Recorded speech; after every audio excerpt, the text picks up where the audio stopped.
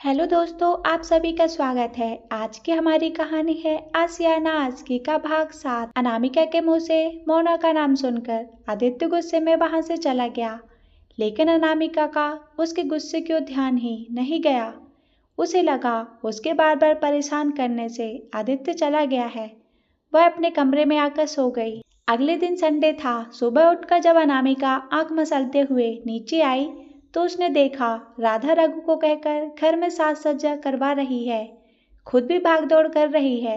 दादी जी और राकेश आपस में किसी बात पर चर्चा कर रहे हैं। अनामिका राधा के पास आई और कहा, आंटी, ये सुबह सुबह क्या हो रहा है? नीता के घर वाले मिलने आ रहे हैं, उन्हीं के लिए सब तैयारियां हो रही हैं। तुम जाकर नहा लो, फिर मेरी हेल्प करने नीचे आ जाना। राधा ने गुलदस्ते में ताजा फूल लगाते हुए कहा, लीजिए, ये भी कोई कहने की बात है, हम अभी नहा कर आते हैं। अनामिका ने कहा और जैसे ही जाने लगी, राकेश ने आवाज लगा दी। अनामिका उनकी ओर चली आई और कहा, जी अंकल। अनामिका, तुम्हारे हिसाब से नीता के लिए कौन सा तोहफा सही रहेगा? राकेश ने फोन अनामिका को दिखाते हुए कहा, अंकल, ये सब आप हमसे क्यों पूछ रहे हैं? अनामिका ने झिझकते हुए कहा, अरे बेटा, नीता और तुम एक जैसी ही जनरेशन की हो, तो तुम्हारे जनरेशन वाले की पसंद हमसे तो अलग ही होगी ना, इसलिए पूछा। अंकल जी, हमें लगता है उन्हें ये डायमंड वाला पसंद आएगा। थैंक यू बेटा। और तुम यहाँ क्या कर रही हो? जल्दी से तैयार होकर नीचे आओ, बहुत सारी तैयारियां भी करनी है। और हाँ अवनी, उठ गई हो तो उसे नीचे भेजना। जी अंकल, कहते हुए अनामिका ऊपर चली गई। आदित्य जल्दी उठ गया।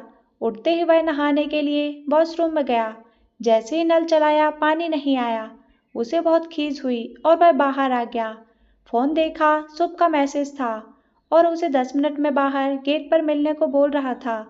आदित्य उठा और टॉवेल लेकर आकाश के कमरे में आया, लेकिन आकाश खुद बाथरूम में था। आदित्य को देर हो रही थी, इसलिए वह सीधा अवनी के रूम में आया। उसने देखा अवनी सो रही है और बाथरूम भी खाली है। आदित्य जल्दी से बाथरूम में घुस गया।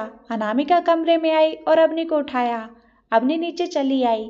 अनामिका ने कबर्ड खोला और कपड़े देखने लगी, क्या पहने कुछ समझ नहीं आ रहा था। उसने बहुत सोचने के बाद नीले रंग का चूड़ीदार सूट निकाला जिस पर गुलाबी दुपट्टा था। अनामिका ने कपड़े निकालकर बिस्तर पर रखे और तौलिया उठाकर बाथरूम की ओर बढ़ गई। उसने बाथरूम का दरवाजा खोला और अंदर चली आई। हाथ में पकड़ा तौलिया उसने दरवाजे पर लगी रॉ पर टांग दिया। उसने ये भी नहीं देखा कि आदित्य वहां पहले से ही है। अनामिका जैसे ही पलटी, आदित्य को वहां देखकर जोर से कहा, आप? आदित्य भी अनामिका को वहां देखकर हैरान था। वह कुछ कहता इससे पहले ही अनामिका अपनी आंखों पर हाथ रखकर पलट गई और गुस्से से कहा, छी, शर्म नहीं आती आपको? इस तरह तुम यहाँ क्या कर रही हो? आदित्य ने सामने से सवाल किया और खुद को देखा। हालांकि उसने सिर्फ ऊपर के कपड़े निकाले थे, लोअर पहने हुए था। यह हमारा बाथरूम है, आप यहाँ इस हालत में क्या कर रहे हैं? अनामिका ने गुस्साते हुए कहा, तुम्हें नॉक करके आना चाहिए था, बस घुसी चली आई। अनामिका गुस्से से पलटी, लेकिन वह कुछ बोल पाती इससे पहले उसका पैर फिसला और जब वह गिरने वाली थी तो आदित्य ने उसे संभाल लिया। दोनों एक दूसरे की आंखों में देखते रहे, ये भी भूल गए कि वो दोनों बाथरूम में थे। अनामिका को होश आया तो उसने खुद को संभाला। अनामिका जैसे ही जाने लगी, आदित्य ने हाथ बीच में करके दीवार से लगा दिया और कहा, आइंदा से कहीं भी जाओ तो नॉक करके अंदर जाना, फिर चाहे वो तुम्हारा खुद का ही कमरा क्यों ना हो। आदित्य का एटीट्यूड देखकर उसे गुस्सा आ रहा था। एक तो उसे देर हो रही थी, ऊपर से उसके लेक्चर अनामिका के लिए हमेशा किसी टॉर्चर से कम नहीं होते थे। अनामिका उसे घूरती रही तो आदित्य ने कहा, घूर क्या रही हो, ज्यादा घूरा ना तो, कहते हुए आदित्य ने अपने निचले होंठ को दांतों तले दबा लिया। बेचारी अनामिका ऐसे में क्या करती। डरकर जैसे ही पीछे हटी, दीवार से लगे शावर के बटन से उसकी पीठ जा लगी और ऊपर से पानी गिरने लगा। अनामिका भीगने लगी, साथ ही आदित्य भी। ये सब आपकी वजह से हो रहा है, अनामिका ने आदित्य को पीछे ढकेलते हुए कहा। आदित्य गिरते गिरते बचा, लेकिन तब तक अनामिका वहां से निकलकर बाहर जा चुकी थी। आदित्य जल्दी जल्दी नहाया और बाहर आया। अनामिका खिड़की के पास खड़ी खुद को टॉवल से पोंछ रही थी। आदित्य को अपनी गलती का एहसास हुआ और वह बिना कुछ बोले वहां से निकल गया। अनामिका जैसे ही बाथरूम में जाने के लिए बढ़ी, उसकी नजर बेड पर रखे कागज पर गई। अनामिका ने उठाया तो उस पर बड़े बड़े अक्षरों में सॉरी लिखा था। अनामिका गुस्से में भी मुस्कुरा उठी। बाथरूम जाकर वह नहाई और फिर सूट पहना, कानों में छोटे छोटे नीले रंग के बूंदे पहने। हॉस्टल से यहाँ आने के बाद पहली बार उसने नीला रंग का पहना था। आंखों में काजल लगाया और माथे पर छोटी सी बिंदी लगाकर दुपट्टा गले में डाल अनामिका कमरे से बाहर आई। ये शायद इत्तेफाक ही था कि आदित्य ने भी आज नीले रंग की शर्ट पहनी थी। वह कान फोन से लगाए शर्ट के बाजू फोल्ड करते हुए सीढ़ियों की तरफ आ ही रहा था। आदित्य जल्दी में था, ऊपर से सब फोन पर देर करने के लिए चिल्ला रहा था। न वो ठीक से बात कर पा रहा था और न ही बाजू फोल्ड कर पा रहा था। फोन भी कंधे और कान के बीच रखे हुए था। अनामिका ने देखा तो उसके पास आई और उसे रोककर खुद उसके बाजू को फोल्ड करने लगी। आदित्य ने देखा अनामिका इतने प्यार से वो सब उसके लिए कर रही थी। वह सब भूलकर अनामिका के चेहरे को देखने लगा। उधर फोन पर शुभ हेलो हेलो चिल्ला रहा था, पर आदित्य को ना कुछ सुनाई दे रहा था और ना ही समझ आ रहा था। वह बस अनामिका को देख रहा था। हो गया, अनामिका ने कहा। आदित्य होश में आया और बिना अनामिका को थैंक यू बोले आगे बढ़ गया। अनामिका ने मन ही मन कहा, एक थैंक यू तक नहीं बोल सकता ये लड़का। आदित्य एक दो सीढ़ियां उतरा और पलटकर कहा, थैंक यू बोलने से चीजें आम हो जाती हैं और तुमने जो किया वो बहुत खास था। कहकर आदित्य तो चला गया, लेकिन जाते जाते अनामिका के चेहरे पर एक प्यारी सी स्माइल छोड़ गया। अनामिका नीचे आई और राधा की मदद करने लगी। आदित्य बाहर आया। शुभ गाड़ी लेकर दरवाजे पर ही खड़ा था। आदित्य ने दरवाजा खोला और बैठते हुए कहा, सॉरी सॉरी, अब चल, गुस्सा बाद में उतार लेना। इट्स टू मच यार आदित्य। शुभ ने गाड़ी आगे बढ़ाते हुए कहा, अरे मेरे लाल, आगे से नहीं होगी ऐसी गलती, अब चल वरना देर हो जाएगी। आदित्य ने कहा तो शुभ ने गाड़ी आगे बढ़ा दी। सभी तैयारियां हो चुकी थी। सभी नीता के घर वालों के आने का इंतजार करने लगे। कुछ देर बाद वे लोग आ गए। राधा, राकेश, आकाश और दादाजी उन्हें लेने बाहर आए। नीता के पापा ने राकेश की ओर हाथ बढ़ाकर कहा, हेलो, मैं विक्रम चौधरी और ये मेरी धर्मपत्नी कविता चौधरी। नमस्ते, अंदर आइए ना, राकेश ने कहा। सभी अंदर आ गए। नीता और राकेश सबसे पीछे चल रहे थे, इसलिए बाहर ही रुक गए। नीता ने खुशी से आकाश को देखकर कहा, ये सब कैसे किया तुमने? मैंने कुछ नहीं किया, सब उस एंजल ने किया है। आकाश ने बालकनी में खड़ी अनामिका की ओर इशारा करके कहा। नीता और आकाश को साथ देखकर अनामिका मुस्कुरा दी। आकाश ने उसे आने का इशारा किया तो अनामिका उनके पास चली आई। नीता ने जब अनामिका को देखा तो बस देखते ही रह गई। अनामिका की खूबसूरती नीता की आंखों में बस सी गई। आकाश ने अनामिका का परिचय नीता से करवाते हुए कहा, नीतू ये है अनामिका, अवनी की दोस्त और मेरी भी। इसी ने पापा को हमारे रिश्ते के लिए राजी किया था। जानती हो कैसे? नीता ने नाम में गर्दन हिला दी तो आकाश ने कहा। प्याज कटवाकर, आंखों में आंसू ले आई और पापा को इमोशनल डायलॉग सुनाकर। आकाश ने जैसे ही कहा, अनामिका जोर जोर से हंसने लगी। हंसती हुई वह और भी प्यारी लगती थी। उसने नीता की ओर देखकर कहा, आप दोनों साथ में बहुत अच्छे लग रहे हो। नीता ने आगे बढ़कर उसे गले लगा लिया और कहा, तुम नहीं जानती तुमने हमारे लिए क्या किया है। आकाश तुम्हारे लिए सही कहते हैं, तुम सच में एक एंजल हो। Thank you so much Anamika, आज से तुम हमारी भी दोस्त हो। बिल्कुल, इतनी अच्छी दोस्त को भला ना कौन कहेगा। अब जल्दी से अंदर चलिए, कहीं अंकल का मूड बदला तो फिर से प्याज का इंतजाम कहाँ से करेंगे हम, अनामिका ने कहा। हाँ, नीता ने हैरानी से कहा। अनामिका राजपूत घराने से है, इसलिए ऐसे बात करती है, आकाश ने नीता से कहा। लेकिन राजपूतों वाली एक भी बात नहीं है हम में, सिवाय एक के, अनामिका ने दोनों के बीच चलते हुए कहा। और वो क्या है मिस एंजल, आकाश ने कहा। हम वादे के पक्के हैं, एक बार जो वादा करते हैं हमेशा निभाते हैं, फिर चाहे कुछ भी हो, पीछे नहीं हटते, अनामिका ने गर्व से कहा। बहुत अच्छा, फिर मुझसे भी एक वादा करो कि हमेशा ऐसे ही हंसती मुस्कुराती रहोगी। हाँ, अनामिका ने कहा और फिर तीनों अंदर हॉल में आ गए। नीता अपने माँ पापा के साथ जाकर बैठ गई और आकाश दादाजी के पास। राकेश ने विक्रम जी को सबसे रूबरू कराया और अनामिका को अपने पास आने का इशारा किया। अनामिका उनके पास आई तो राकेश ने उसका हाथ पकड़ा और कहा, ये है हमारी अनामिका, मेरी बेटी, अवनी की दोस्त। हमारे साथ इसी घर में रहती है। राकेश की बातों में अपने लिए इतना प्यार और सम्मान देखकर अनामिका की आंखों में नमी तैर गई। उस नमी को कोई देख न ले ये सोचकर उसने सबको नमस्ते करने के बाद कहा, हम सबके लिए चाय ले आते हैं। अनामिका के जाने के बाद कविता ने कहा, बहुत ही प्यारी है। सभी बातें करने लगे। अनामिका किचन में आई, पीछे पीछे राधा भी चली आई। अनामिका की आंखों में आंसू देखकर राधा ने उसका चेहरा अपने हाथ में लेकर कहा, क्या हुआ मेरे बच्चे, तुम्हारी आंखों में आंसू? नहीं आंटी, कुछ नहीं हुआ। अंकल ने सबके सामने हमें अपना कहा तो बस आंखें भर आईं। अनामिका ने आंखों के किनारे पहुंचते हुए कहा, पगली, सब तुम्हें यहाँ अपना ही तो समझते हैं। इस घर में जो सम्मान तुम्हें मिलना चाहिए वो ही तो मिला। इसमें आंखें नम करना गलत है ना बेटा। चलो अब जल्दी से चाय लेकर चलते हैं, राधा ने प्यार से कहा। अनामिका ट्रे में कप जमाने लगी। आज वह बहुत खुश थी। आज सुबह से उसके साथ सब अच्छा हो रहा था। आदित्य से नोकझोंक, नीता से पहली मुलाकात, राकेश का उसे अपना कहना, सब अनामिका को अंदर ही अंदर खुशी से भर रहा था।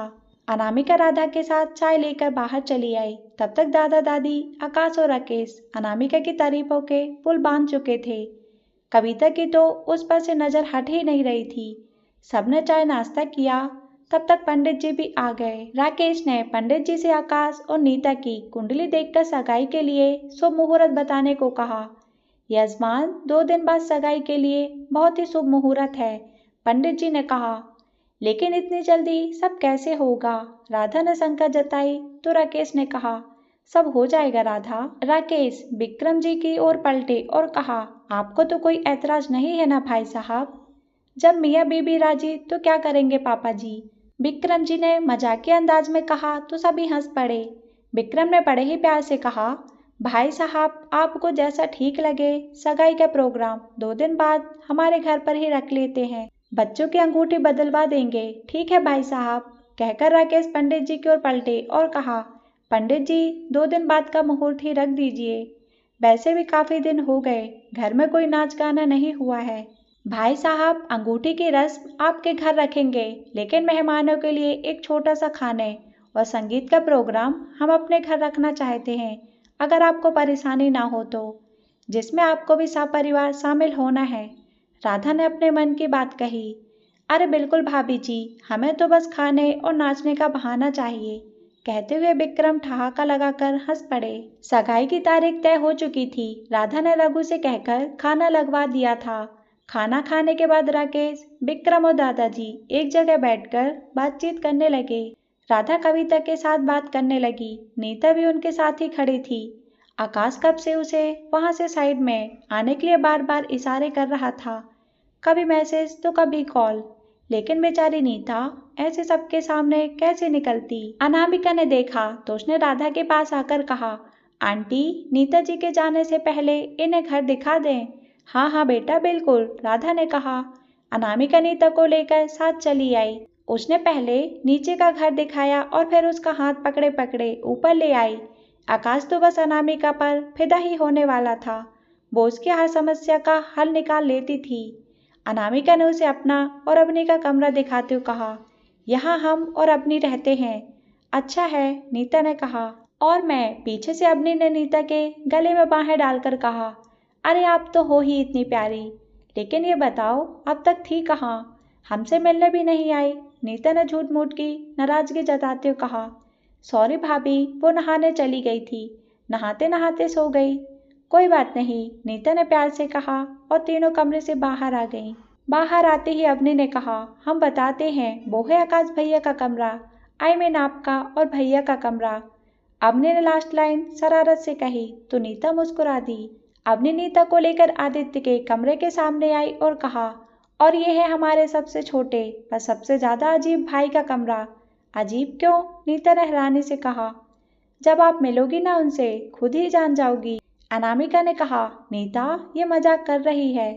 अजीब नहीं है वो, बस हम लोगों से थोड़े अलग हैं, उन्हें समझना बहुत आसान है। अनामिका के मुंह से आदित्य की तारीफ सुनकर अवनी और नीता मुस्कुराते हुए उसे घूरने लगी। अनामिका ने देखा तो दोनों से नजरें बचाते हुए कहा, ऐसा हमें लगता है। किस बात पे चर्चा हो रही है यहाँ? पीछे से आकाश ने आते हुए कहा, ये लो भाभी, अब बाकी घर आपको भैया दिखाएंगे, अवनी ने कहा और अनामिका के साथ वहां से चली गई। कुछ देर बाद आकाश और नीता भी नीचे चले आए। सभी नीता के घर वालों को छोड़ने गेट तक आए। नीता ने सबके पैर छुए, अवनी और अनामिका के गले लगी और फिर राधा से कहा, बस एक ही बात का दुख है कि मैं अपने देवजी से नहीं मिल पाई। अरे बेटा, सगाई वाले दिन मिल लेना, राधा ने प्यार से नीता के गाल को छूकर कहा। हाँ, नीता ने कहा, आप सभी से मिलकर बहुत अच्छा लगा। आपकी सोच और आपसी प्यार ने मुझे बहुत आकर्षित किया है। एक अच्छे और बेहतरीन परिवार में मेरी बेटी का रिश्ता होने जा रहा है, ये जानकर बहुत खुश हूँ मैं। विक्रम ने हाथ जोड़कर कहा। अरे हाथ क्या जोड़ रहे हैं, गले लगिए, समधी बनने वाले हैं भाई। अब तो, कहते हुए राकेश विक्रम के गले जा लगे। राकेश ने मन ही मन सोचा, अगर वह सही वक्त पर अपना फैसला न बदलता तो आज इतने अच्छे लोगों से मिलने का अवसर खो देता। नीता अपने माँ पापा के साथ वहां से चली गई। अंदर आकर राकेश ने दादू से कहा, पापा 2 दिन ही है, सगाई की तैयारियां शुरू कर देनी चाहिए। हाँ तो चिंता मत कर, सब हो जाएगा। संडे का दिन था, इसलिए आज सभी घर पर थे।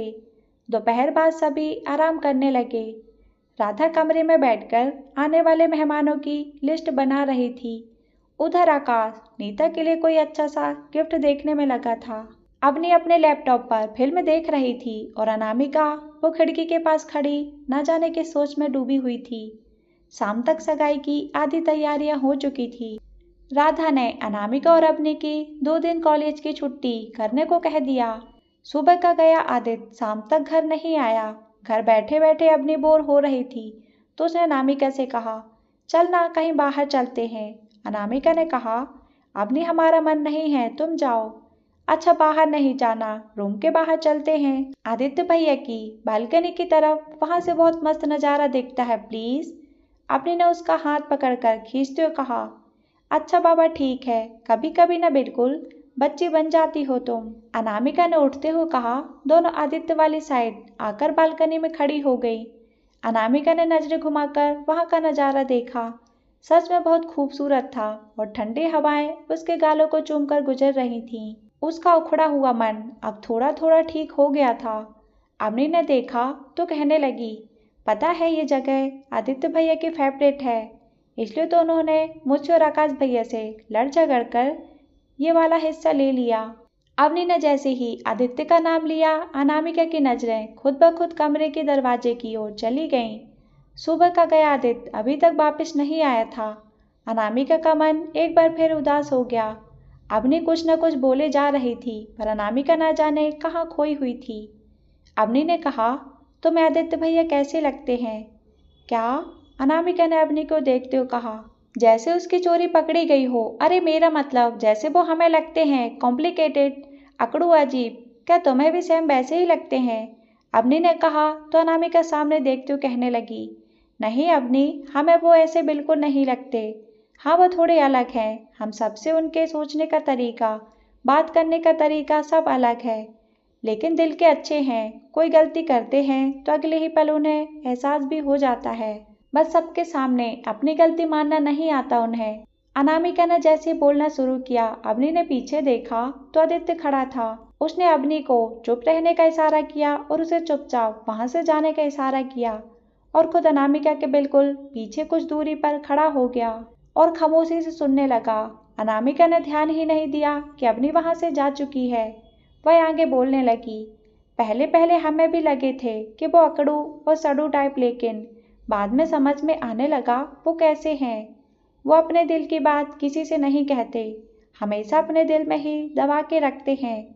जब उनके बारे में सोचती हूँ तो समझ नहीं आता कि वो अच्छे हैं या बुरे हैं, क्योंकि जब वो हमें परेशान करते हैं तो लगता है उनसे बुरा कोई नहीं, पर अच्छे इतने हैं कि हमारी बनाई फीकी चाय भी पी लेते हैं। अपनी फैमिली से बहुत प्यार करते हैं, बस जताना नहीं आता। हम तो उनके सामने कुछ बोल ही नहीं पाते। जब उनकी आंखों में देखते हैं ना तो खामोश हो जाते हैं। आज से पहले हमने इतनी गहरी आंखें किसी की नहीं देखी, कहती हुई अनामिका जैसे ही पलटी, पीछे खड़े आदित्य से टकरा गई। आदित्य को वहां देखकर और अपनी को वहां ना पाकर अनामिका घबरा गई। उसे एहसास हुआ कि आदित्य ने उसकी कई सारी बातें सुन ली। अनामिका आदित्य से नजरें चुराकर जैसे ही जाने लगी, आदित्य ने अनामिका का हाथ पकड़कर उसे रोक लिया। अनामिका का दिल तेजी से धड़क रहा था, साथ ही अपने बेवकूफी पर खींच भी आ रही थी। दोनों एक दूसरे का हाथ पकड़े पीठ किए खड़े थे। दोनों के बीच कुछ था तो वो भी खामोशियां। अनामिका का हाथ आदित्य ने मजबूती से पकड़े हुए था और अनामिका चाहकर भी छुड़ा नहीं पाई। अनामिका को चुप देखकर आदित्य ने कहा, अक्सर गहरी आंखों में बहुत से राज छुपे होते हैं।